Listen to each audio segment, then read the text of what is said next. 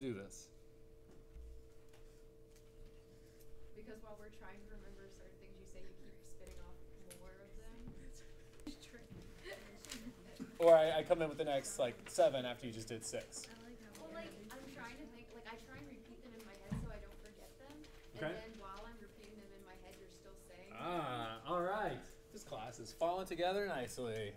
Yes. Oh, I was going to answer the question, what you asked. What did I ask? How do you remember, like, what is the process of this?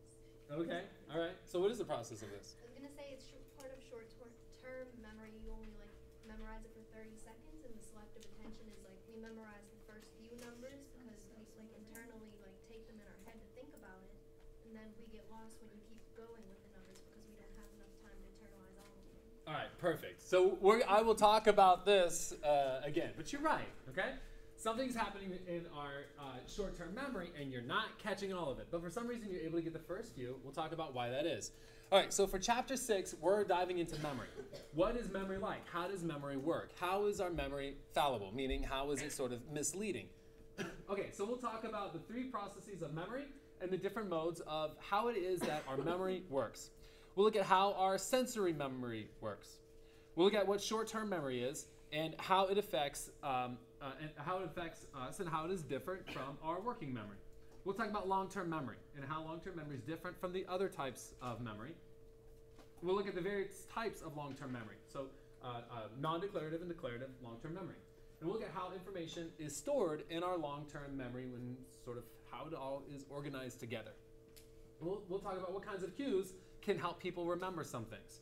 Why is it when you were at a Pirates game, you recall something that happened the last time you were at PNC Park that you hadn't thought about in a really long time? We'll look at the retrieval process. How does recall work? How does recognition work? How are they different? And how reliable are our memories of events? We like to think that our memories are pretty perfect, and they're not. Right? Our memories become sort of changed frequently. So we'll look at how our long-term memories are formed and how this process can lead to inaccuracies in our memory. So we think that we've had a particular memory, and it's exactly the same as sort of when we experienced. And many times they're not. There's some key information that becomes changed as we think about and tell these things over and over and over. We'll look at what false memory syndrome is. We'll look at how it is that we forget about things. We'll look at how and where our memories are literally formed in the brain. We'll look at how amnesia works, and we'll talk about a couple different types of amnesia. We'll look at sleep. How do we sleep? How does our exercise that we engage in and impact our memory? I want you to watch these 2 videos first.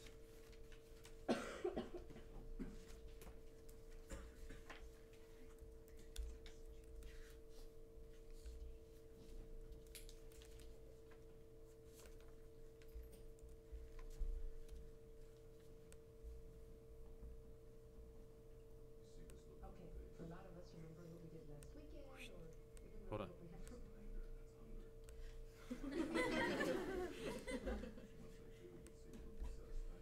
had for Blossom across my face. Okay. This is not what I wanted you to watch, just to clarify. Give it a second here. This is the guy from Prison Break, right? See, The TV show? now I feel better.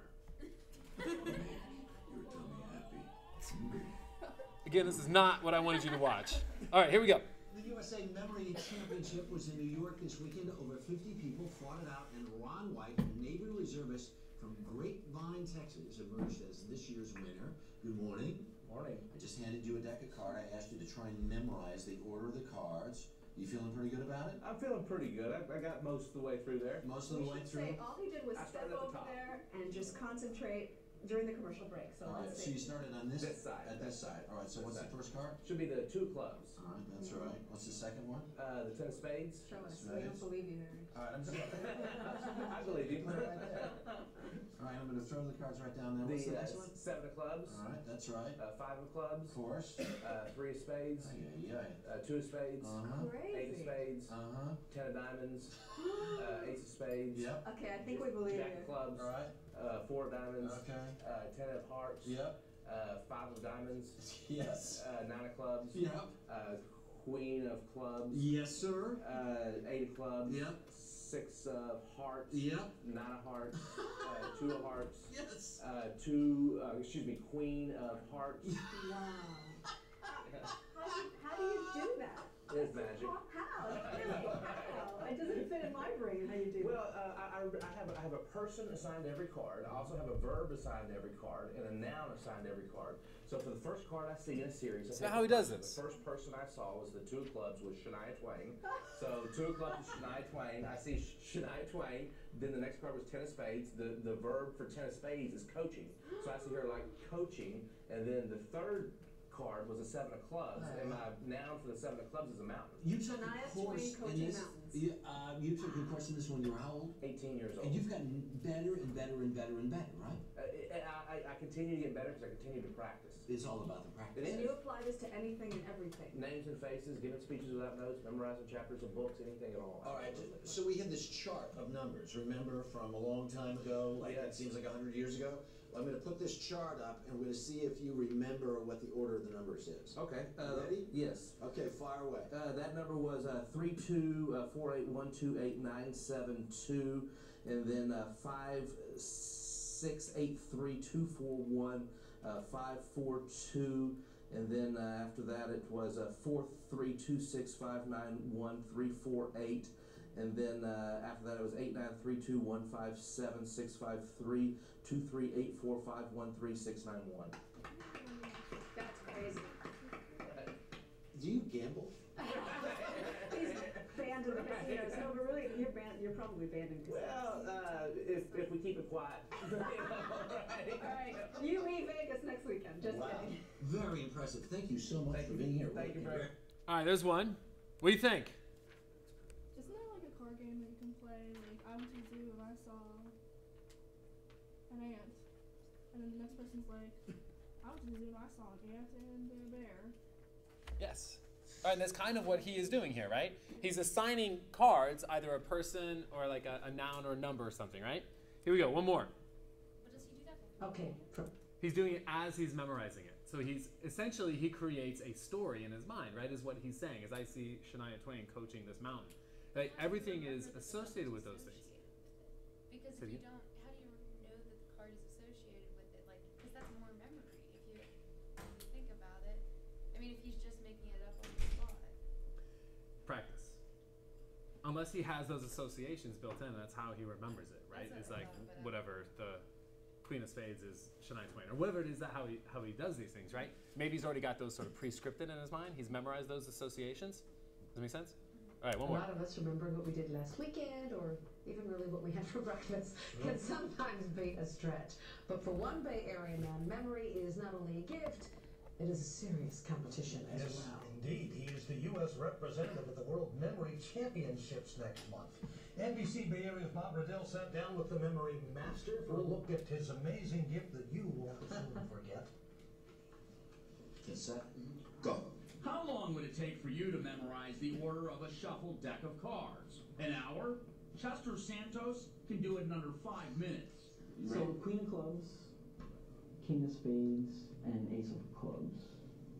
Man, you nailed it. And watch what happens when you give them the same amount of time with this random string of numbers. 3, 8, 3, 5. 160 numbers. Wow. That was a good practice. From now on, we do it again, and this time we'll roll on it. Chester's honor roll. Congratulations, Chester. Earlier this year, he conquered the U.S. Memory Championships, and in October, he's off to Bahrain. When you go to the World Memory, I can't remember what you called it. The World Memory Championship. Thank you. Yes. How much time do you have to memorize how many numbers? I need to memorize a 1,000-digit sequence in 1 hour, one deck of cards in less than 2 minutes, and 10 decks of cards in 1 hour. Nice. Over the years, Chester's attached a mental image to each and every playing card, number pairs through 100, and 3-digit sequences through 1,000. Whether that image be a common object. 367. 367 is it's an electric razor. A celebrity. 2 of hearts. Ronald McDonald. Or a person from the San Francisco Tennis Club where he teaches memory techniques. But the guy behind the desk is 195. To remember a sequence, he just replays those images in a kind of movie he's made up in his head. I'm linking them along a journey. In this case, I use the Karate Kid, Karate Kid is licking a beer bottle, and he's punching Fat Albert in the stomach, and the Incredible Hulk picks up this helmet and puts it on and says that he's a soldier. There's something else I was going to ask, but I can't remember. I'll forget about it. Or you can't, can you? Better not, or when it comes to winning, you can forget about it. In San Francisco, Bob Riddell, NBC. Okay, so that was a good example of kind of your question, right? What they're saying there is he creates this story as he goes along, right? Okay, so when we're talking about memory, right, we're talking about this active system that we use. This system receives information that's coming in from our senses. So what are we getting? What kind of information are we talking here from our senses? What are we talking about? Sight, yep. Visual images, auditory, the sounds that we hear, smells that we hear, right? All of this information comes... Smells that we smell? What did I say? Okay, smells that we hear? Sometimes I suppose you can hear them. Smells that we smell. Well, all right, whatever. You know what I'm saying, right? Visual, auditory, smells, all of the sensory information that's coming in. Okay, so we're picking up this information that's coming in from our senses. We have to organize it, right? We have to organize it in a manner that allows us to store it away, okay? So this sensory information is coming in, it's being organized in our brain, and it's being organized in a manner that allows us to store it. Right? It might have to be altered in some way. Then we are able to sort of retrieve this information from our storage later. A lot of the common ideas of how memory works, right? Think about it like a computer. The computer gets information in some way, and it changes it. It turns it into some code that it can save. And then when you click on that file or whatever, it brings it right back up. You're able to sort of continue to work on it. Same sort of idea is how people talk about memory, but our memories are not perfect. That file you save and open back up, most of the time, it's exactly as you saved it before. Our memories aren't necessarily like that. So the process of memory that we engage in. So we'll talk about several different types of models of how memory works. And they all tend to use these three activities. So the first one is encoding, okay? We have this sort of set of mental operations that we are going to engage in. We convert this sensory information into some other form. And that form that we convert it in allows our brain storage system to be able to use that information. Okay, so we're encoding that sensory information that's coming in a manner that allows our brain to use it. We are going to store it. So we're going to hold on to whatever that information is for some period of time. So whether it's a couple seconds or with the long-term memories, the hope is that we have these things forever. Okay, so we encode this information, we change it in a way that's usable by the brain. We store it for some period of time. We want to be able to access that information for some period of time, whether it's a short period of time or a long period of time. And retrieval. We want to be able to get that information out of storage in a form that we can use it, right? So the file cabinet thing that people use a lot. We encode it, we stick it in a file, we put it away, and then when we want it, we just pull it out. All right, got it? Encoding, storage, and retrieval of that information. The information processing model is the idea that memory works much like the storage system of a computer, right? Goes through these sorts of three series of stages just like a computer. Right? So the information processing model is that sort of computer analogy. The levels of processing model says that how our memory work can be different depending upon what we do with that information. The more deeply we process that information, the more likely we are to remember it later. If we do a sort of shallow level of processing, we're not really going to remember that information for an extended period of time. So in some of the studies that they've done, they'll flash like a word up on the screen, okay? And if they want people to remember that word, they'll have them do something with it. So if a shallow level of processing would be if I flashed a word up on the screen and I said, does this word have capital letters? Is it all caps or is it lowercase letters? Or you're not really processing the word, you're just looking at what? The physical characteristics. Are those capital letters or are they lowercase letters? Not a whole lot of cognitive activity here. If I flash the word like ball up on the screen and I ask you to create a sentence using that word, are you going to engage in a deeper level of processing? Yeah, you have to think about what the word means, okay? And your ability to put it in the context of a correct sentence, okay? So you have to think about what the word means and also use that word in relation to other meaningful words. You with me? That's a much deeper level of processing that information than if I ask you, are these letters in this word capitalized or are they all lowercase? You understand? Not a whole lot of deep processing is occurring there. So the level of processing model is the idea that when we process information in a sort of deep manner like that, we are going to be able to recall that memory to a greater extent. The parallel distributed processing model is another idea of how our memory works. This idea is that our memory processes are proposed to take place at the same time over a large network of neural connections. So looking at the sort of relations that exist between our different memories. I'll talk more about this later. But here it's kind of like things are happening in multiple areas and multiple neural connections when we're thinking about it. Well, I'll talk more about this, and I promise you that statement will make a lot more sense later. Okay, so the three stages of the processing of memory that we have. We receive information that's coming in, right? It is coming in through our senses. Think about our senses as the sort of window with which we experience the world around us. We get a lot of information that's coming in here, right? Sensory is coming in, sensory information is coming in to our sensory memory, okay? This is the very first stage of the memory process that we engage in. The point at which information is coming into our nervous system, right? It's coming in through the sensory systems that we have. We get this information, and it's coming in as sort of neural messages in the nervous system. As long as there is a sort of neural message in our system, we can say that we have a memory for whatever it is that we have just encountered, right? So visual information, auditory information, right? Smells that we encounter. All these different things are the sort of window through which we perceive the world. As long as that is still with us, in a sense, we have a memory for it. How long does this stuff last? All right, not a very long time. So we're talking about iconic memory. We're talking about visual sensory memory.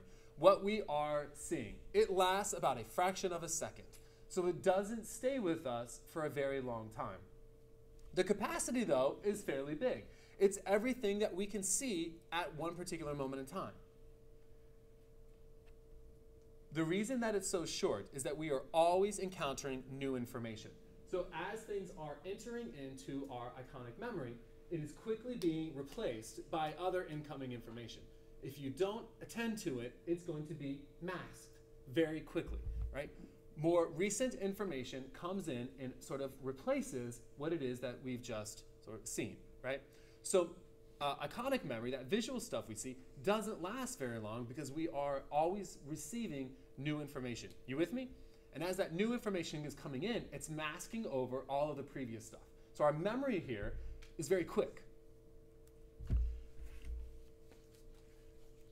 So here's one way that they test how long our iconic memory lasts, this partial report method. If you were a participant in a study like this, you would see this, okay? You would see a row of letters right here, and it would flash for a brief period of time, okay?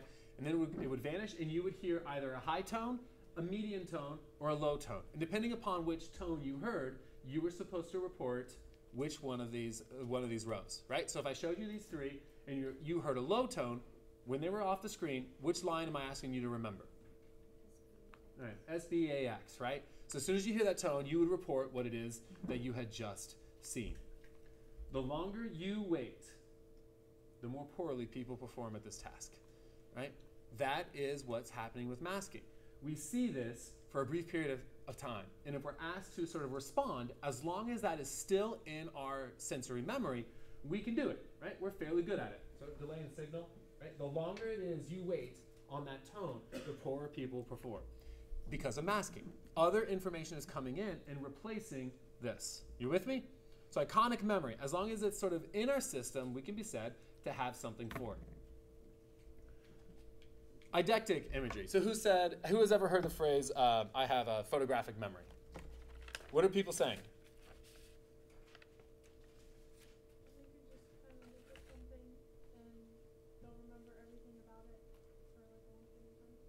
Okay. All right. Usually when people say that, they don't have a photographic memory. They just have a really good memory. Okay.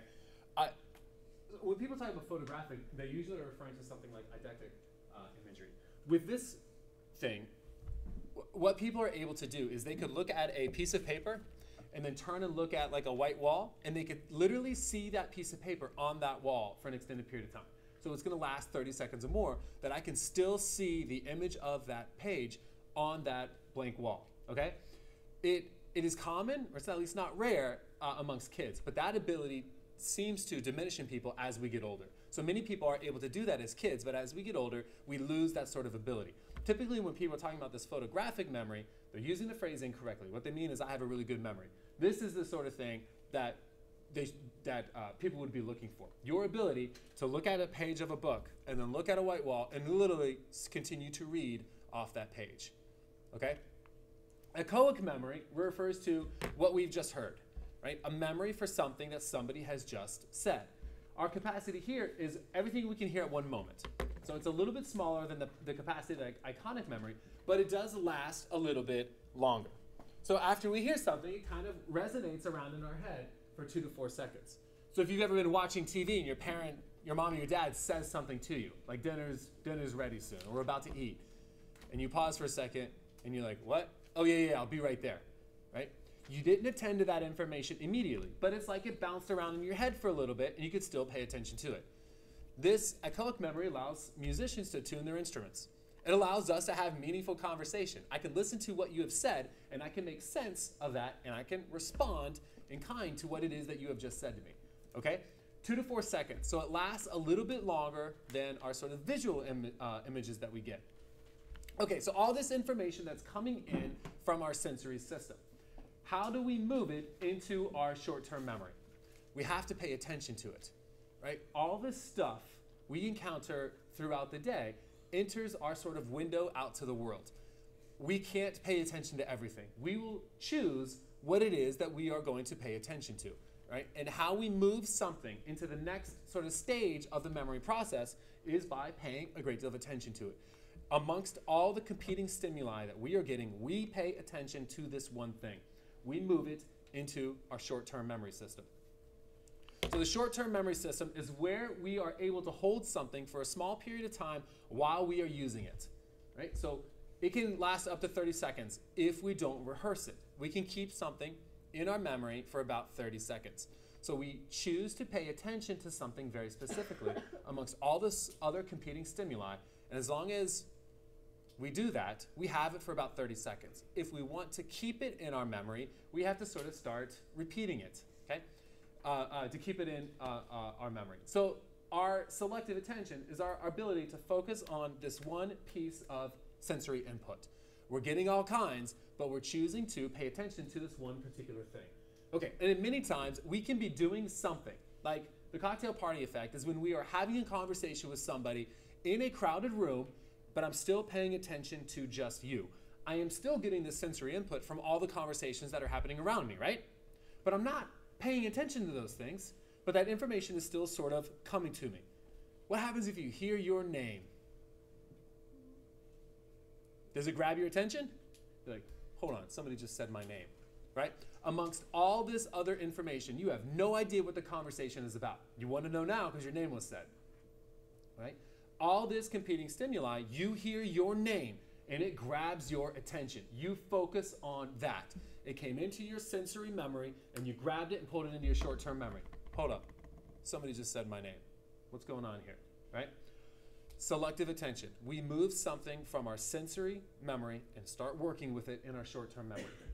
Typically, when we are working with something in our short-term memory, it's going to be in this auditory form. Like we are talking inside of our own heads, right? That's how we deal with this particular piece of information in a short-term memory. We're thinking it through. We're talking sort of internally to ourselves. Working memory is a little different.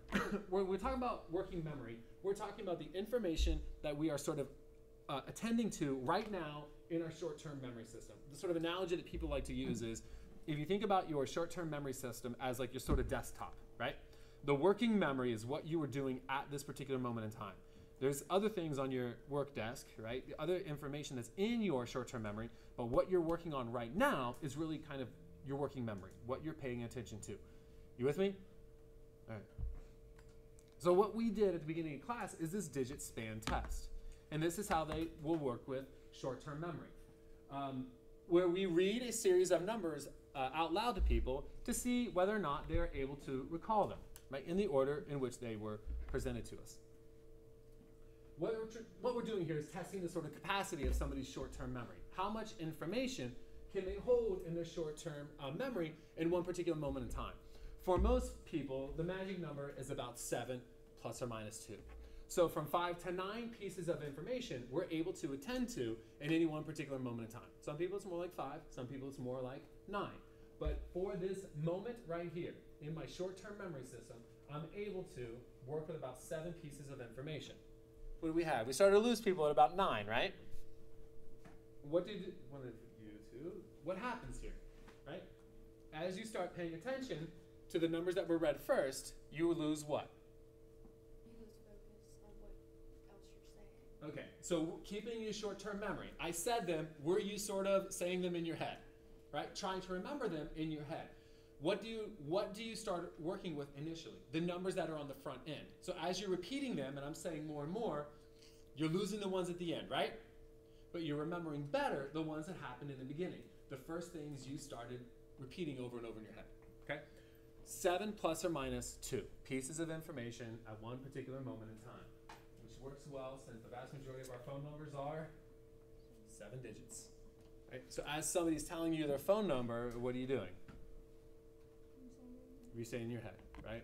What's your number? All right. What's your name? Right? So trying to remember that phone number, right? Over and over and over in your head to keep it in there. So we tend to sort of trick ourselves a little bit. We found these techniques that we can use that will help us sort of trick our short-term memory so that we're able to work with more information at one particular moment in time, where we start combining bits of information together into some type of meaningful unit. We're doing what's called chunking. So we're chunking information together so that it becomes a little bit easier for us to deal with that information or manage that much information in our head at one time. Your social security number is how many digits long? 9. No, do it again. I thought it was 4, 2, 4. It is 9, you're right. Yeah. It's 12? It's 3, 2, 1. Yeah, okay, there's my point. Yeah. Right, what is it? 3, 2, 4. All right, 3, 2, 4, right? So it's 3, 2, 4. When you start learning your social security number, what do? You group them by 3, 2, 4. You group them. And then it becomes easier because every time you call Verizon Wireless, they ask for your last 4 digits to access your information, right? You figure it out. If you haven't memorized your social security number by now, you probably should. It's a good number to have like rolling around in your long-term memory, right? Okay, so we chunk these things, right? 274, 87, 3649. That's not really my number, by the way. I wouldn't tell you my social security number. But I've chunked those, right? It becomes easy to remember that because of how we sort of group this information into these meaningful units. We're able to trick our short-term memory and work with more information at one moment in time. So how do we keep this stuff in our short-term memory? We have 30 seconds with our short-term memory, unless we do something to keep it in our short-term memory. That's where we go through this process of maintenance rehearsal, when we are repeating something to ourselves in an attempt to keep it in our memory. Right? So we're going to say information over and over and over because we're trying to remember it, right? Keeping it in our short-term memory. Again, 15 to 30 seconds. If you don't attend to it within 30 seconds, most people are going to lose it. So again, auditory form. We're talking to ourselves. Yeah? Basically the same as like listening to song lyrics. What do you mean? Like if you're listening to it, you're trying to process it in your head, and the next time you're like, oh, okay, I remember that. Or something. Oh, yeah. I see what you're saying. Yeah, that's how you would learn it, right? Yeah. Here comes into play too, right? You figured out like maybe how this artist is using enunciation or something like that, right? You figured out how you can sort of chunk all this information together in an attempt to start learning. Yeah. Good. All right, so maintenance rehearsal, repeating it over and over and over to keep it within our short-term memory. And the digit spans here, right? We repeat the sequence, or you say a sequence of numbers. And again, it's that sort of 5 to 9 range that people tend to do fairly well. Once you get past 9, it becomes a struggle for people. They're losing that sort of information. All right, so our short-term memory is very susceptible to interference. While we are engaging in this sort of maintenance rehearsal, saying it over and over in our head, if somebody interrupts us, we're going to lose it, right? Does anybody have to count money for work? Right? What happens if a colleague or whatever starts talking to you while you're counting? You're like, what? Ah, man, I just lost where I was. Like, get out of here. Let me count this money. What happened is you're working with this, you got it in your short-term memory, somebody has said something to you, and it's interfered with your maintenance rehearsal, right? Or you're at a club, and you get the phone number to somebody, and you're repeating it over and over in your head, and then your friend says something to you, and you're like, yeah, that person was attractive. And then you're like, and, oh no, the number's gone, right? You were working with it, and then your friend interfered with your maintenance rehearsal, and you lost it, okay? Okay, so sensory information that we are getting. Our senses are the window to the world. It's how we are sort of processing information that we receive. We move it moves into our sensory memory. It doesn't last long. If we pay attention to something that we're getting, we can move it into our short-term memory. So all of this stimuli that we are encountering, we choose to pay attention to this one thing. When we pay attention to it, all eyes are on it, we move it, or ears, whatever, we move it into our short-term memory. It can stay for 15 to 30 seconds if we don't attend to it any further, okay? If we want to keep this active and in our system, in our short-term memory system, we have to rehearse it in some way. So we're rehearsing it, we keep it in our short-term memory. The goal for many things may be to move it to our long-term memory, right? More or less that we have this thing sort of permanently. Okay, so short-term memory is that system of memory that we have where we try to keep things, we place information to keep it more or less permanently, right? This is where we want something to be forever. Our capacity here is sort of unlimited, right? Despite what you might think, you can always learn new information, right? This doesn't like you have this big bowl that is your long-term memory, and once it's filled, sorry, that's that, right? The sort of capacity of our long-term memory is unlimited. Duration, how long do these things last? We want them to be permanent, right? We want to have access to them forever. Part of the problem, though, can be that we remember it. The memory may still be available, meaning that it is there. We just can't access it, right? The more you think about a memory, the easier it is to access that memory. It's called the Warren Path effect. So if you think about it like this, right? I live in Mount Lebanon, so my kids walk to school. Right? There's no bus service in Mount Lebanon. My kids walk to school, so my kindergartner walks to school. So if they walk the same path every single day, what will happen to the grass that they walk on every day, back and forth? There's going to be a path eventually, right? Over time, they'll have an easy path that they can sort of maneuver, right? That path is there. They can walk that path, the same path, over and over and over. Summertime hits, what happens to that path? It goes away. It grows over, right? It grows over. Because they haven't traveled that path, eventually that path sort of becomes overgrown, right? They can't get through it, so to speak, as easily, theoretically, okay? The idea, the sort of simulation that I'm going for here is when you access memories on a consistent basis, the more you think about that memory, the easier it is for you to think about it anytime you want. When you don't access memory for a long time, it can be really hard to access that memory. It might be there, but it's going to take you a little while to get there because that path to that memory isn't as worn down and easy to travel. You with me? What was the name of your first grade teacher? Okay. It was there. How generic is that? Miss Smith. It was there, but it maybe took you a couple seconds to get there. You with me? You know that information. It's there, but you probably haven't accessed it in a very long time. So it might take you a little bit to get there. So the problem for a lot of people is that they think that they don't have a memory for something. They're having difficulty remembering something. It may still be there. That memory may be available to them. The problem is it's not accessible. They can't get to that memory. For many memories, we have to access them exactly as we sort of have encoded them and put them into our memory system. What is the 11th letter of the alphabet?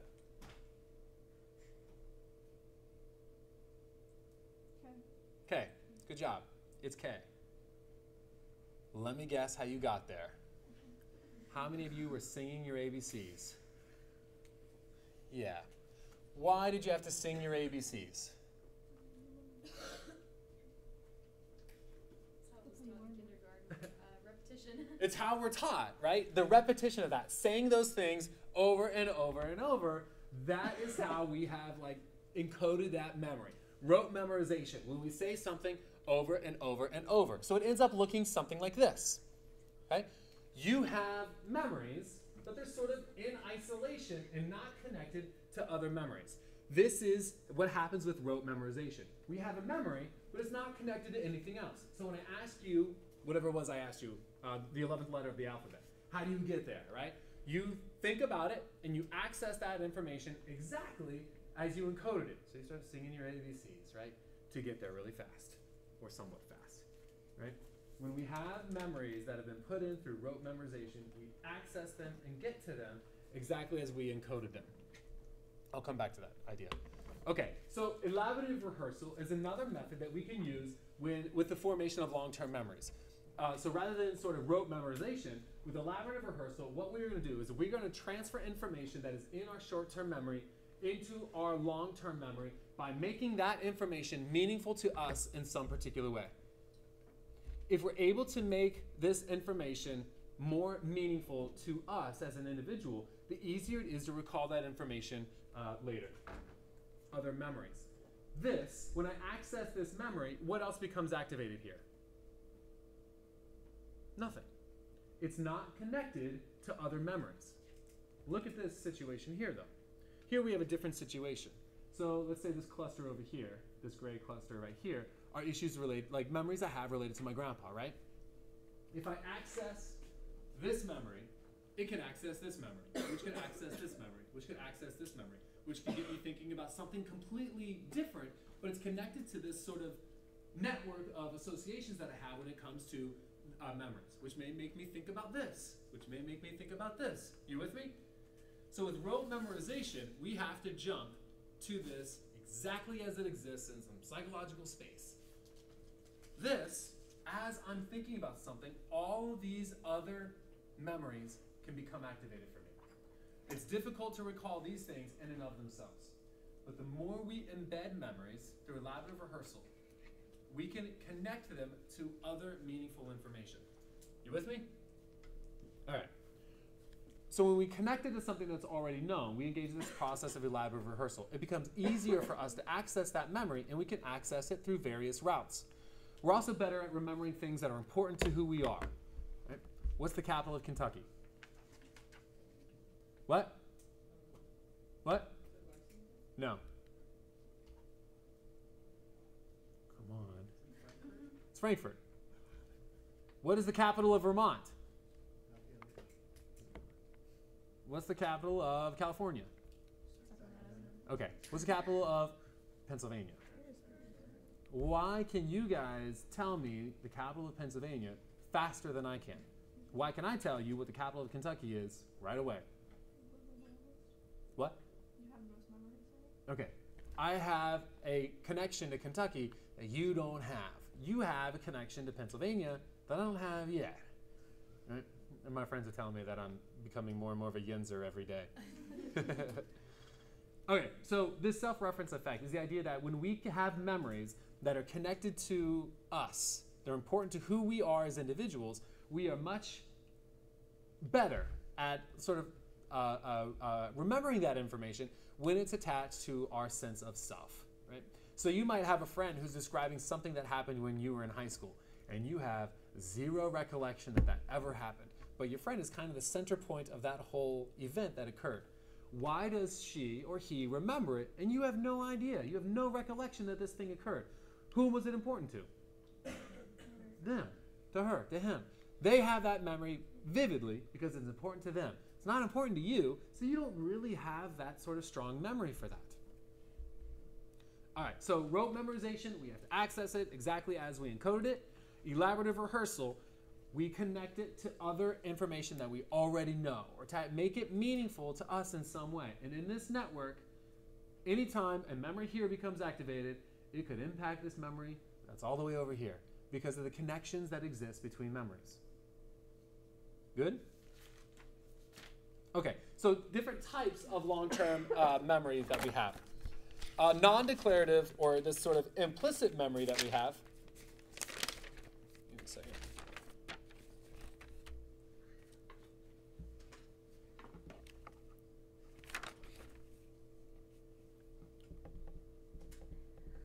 Okay, so non-declarative, this implicit memory, is this sort of type of long-term memory that we have that includes the memory that we have for skills that we have developed in some way, the memory we have for procedures, how things are supposed to unfold, the habits that we engage in, conditioned responses that we have developed.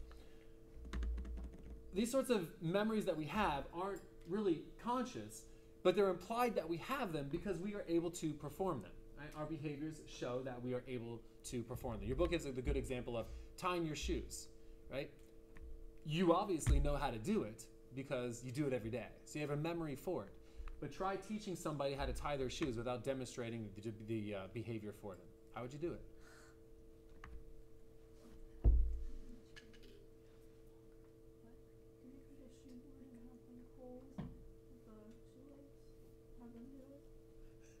All right. Still using it. It's really difficult, right? But you know that you have a memory for it because you do it all the time. So the things that are implicit because we're not really able to sort of describe these memories, but we see that we have these memories because they affect our conscious behavior. Like you know how to ride a bike, I assume. Teach me without just putting me on a bike. How would you do it?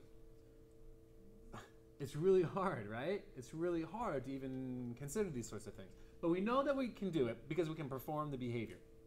Declarative or explicit memory, the types of long-term memory we have about information that is conscious and we know that we know it. The things that we know. The memory for facts, right? The planets in the solar system, whatever. You have this information and we're able to sort of test it because it's the sort of thing that you would test on like an exam or something. So this non-declarative implicit memory, skills that people have, the things that people know how to do. They can include the emotional associations that we've made. They can include habits, the simple conditioned reflexes that we have that aren't really existing in our conscious awareness, right? But they're implied that we have them because we're able to do them in some particular manner. So we talked about HM, right? HM was the guy who had the surgery performed on his brain where they destroyed his hippocampus. Oops. Right? Your hippocampus is critical in the formation of long-term memories.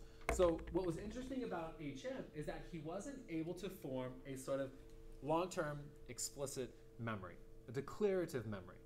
But HM was able to do other things. Like if you learned how to play tennis or if you learned like the Hanoi Tower or something like that, he was able to do that. He could engage in those behaviors, right? Implying that the memory was there. But he couldn't tell you that I know how to play tennis, right? If you learned how to do it after the hippocampus damage. So he wasn't able to form new sort of declarative memories. But this was intact for him, right? This sort of implicit long-term memories still existed for him. So anterograde amnesia is a type of amnesia where we have this loss of memory from a point of injury or trauma going forward. So they know everything that has happened prior to the injury, but they're unable to form new memories as a result of the injury going forward. Again, with HM. It doesn't affect our non-declarative long-term memory, this implicit memory. It affects our explicit, right? The memory for facts and information. So procedural memory is often called implicit memory, right? Because it's memories that we have that we can't sort of easily bring into our conscious awareness. So working with people who suffer from Alzheimer's disease, okay? They can learn how to perform the Tower of Hanoi. They can perform the acts that it takes to complete this, but they don't know that they know how to do it, but they can still perform it. So what you do, series of steps. You have to move one disc at a time. You're going to recreate this, 3 on the bottom, 2 in the middle, 1 on top on peg C, okay, is how you do it. The goal is to move all the discs from peg A to peg C. The rules that are larger discs, a larger disc cannot be moved on top of a smaller one. And a disc cannot be moved if there are other discs, another disc already on top of that one. Amnesia patients were able to learn the procedure for how it is that you're supposed to solve this puzzle, but they didn't know that they knew how to do it, right? They could remember the steps that it would take, the implicit things, but they didn't know that they could do that. How would you do it? Yeah. Yeah.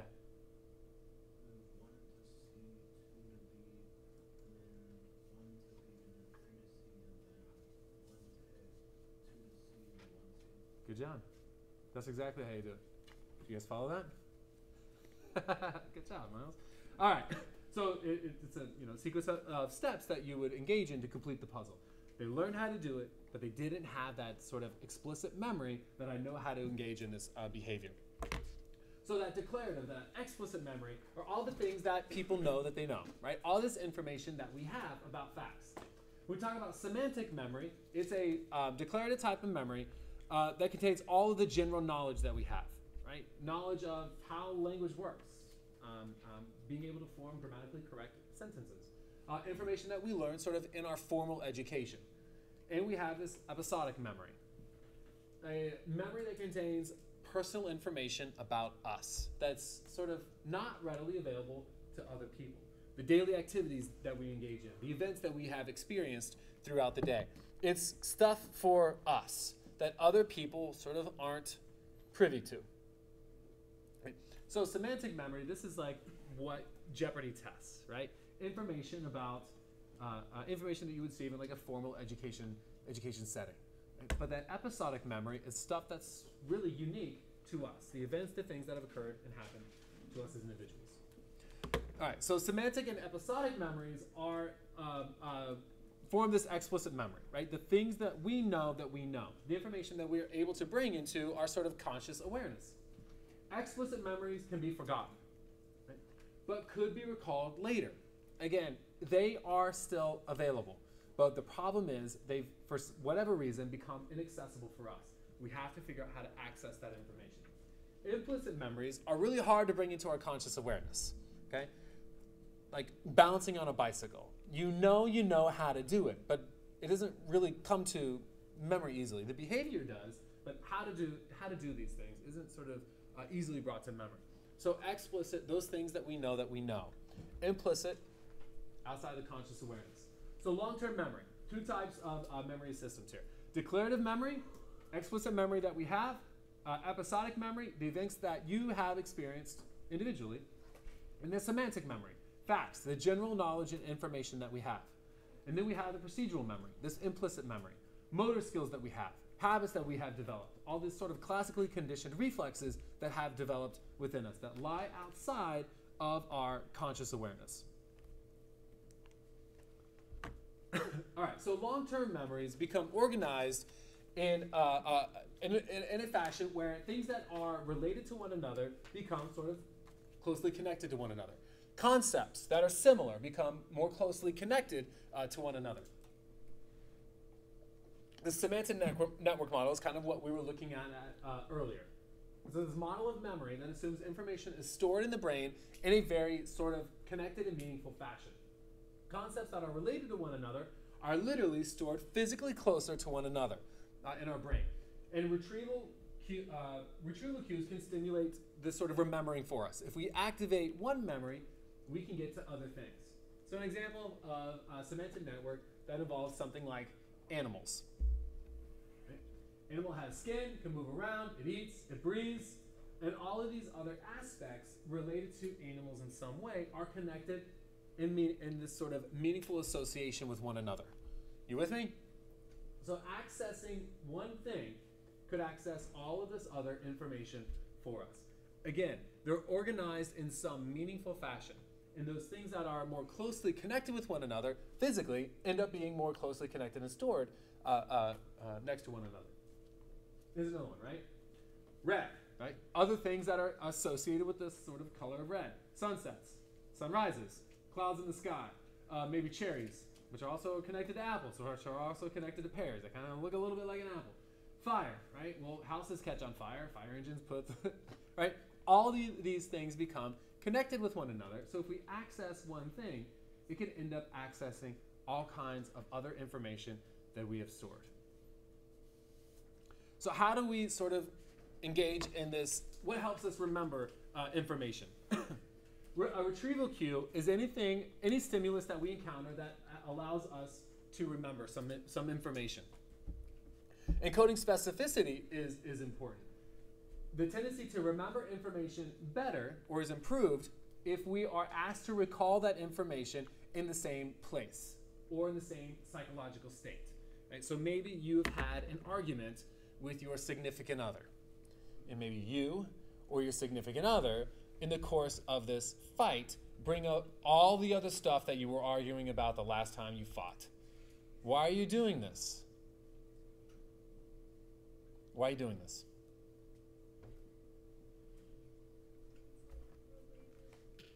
What's related? You're fighting about one thing, but you fought about something else, and since you're fighting, you remember it. All right, very good. So now that I'm mad at you and we're having this disagreement, I think about the last disagreement we had where I was mad at you for some other set of reasons. So as we're fighting now about the current situation or whatever, I start thinking about, oh yeah, remember when I was pissed off at you 6 weeks ago for this as well? Let's continue that conversation as well. Right? Because when we are in that state of mind, it is easier for us to recall other information when we were in that exact same state of mind. Right? Part of the reason depression is so problematic for people. People who are depressed are more likely to think about other memories, other associations with being depressed. Right? So they end up on this sort of spiral where they're thinking about depressing thoughts, depressing information. And then they think about other stuff that is sort of depressing, right? And it can spiral for them. The psychological state that we are in when we encode this information is easier for us to recall when we're back in that same psychological state, right? The idea of state-dependent learning comes into play here. What's the movie Beer Fest? Was it Beer Fest? Where they had like a drunken night out and something happened while they're in Europe and they're trying to retrace their steps. So how do we retrace those steps? We got to get blasted drunk again, right? Everything that happened to us, I can't remember sober me, right? But if I get drunk, maybe I will recall everything that happened to us when we were drunk again. All right, so whatever, it's a goofball movie, but the same sort of thing, right? That sort of a state I am in when I encode this information is more easy for me to recall when I'm back in that state again. Yeah? Is that like actually happening? Like you can only remember drunk things when you're drunk again? Well, the problem is that being drunk like impacts your ability to form memories anyway. So it doesn't help if you want to remember something to get blasted drunk before it's going to occur, right? Because it's hard to encode those memories anyway. But here's a great example is with this experiment that they did, where they had people learn information. They had to learn a series of words, okay? And for some of them, they learned while they were underwater, like in scuba gear, right? So they learned this information while they're underwater. Other people learn it on land. So they learn this sequence of words on land. Okay, so we have a group of people who have learned this sequence of words underwater. And then we have people who have learned this sequence of words on land. We then have a couple different scenarios in which we're going to ask them to recall those words. Okay, so now we take this situation and move it further. Some of those people who learn the words on land are going to be asked to recall them on land.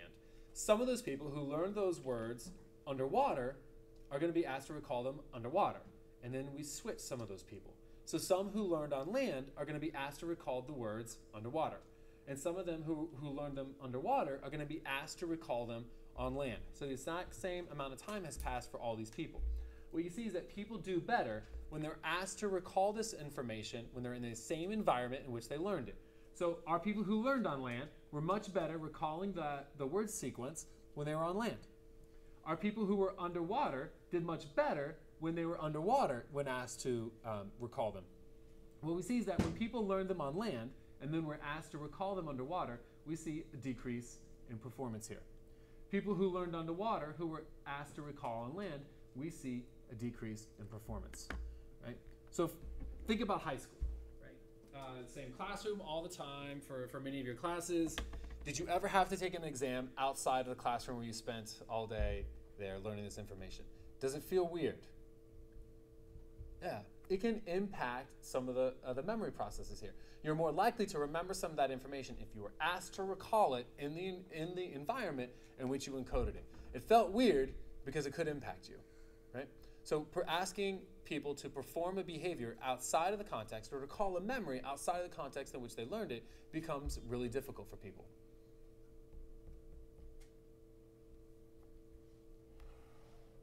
I'm going to stop.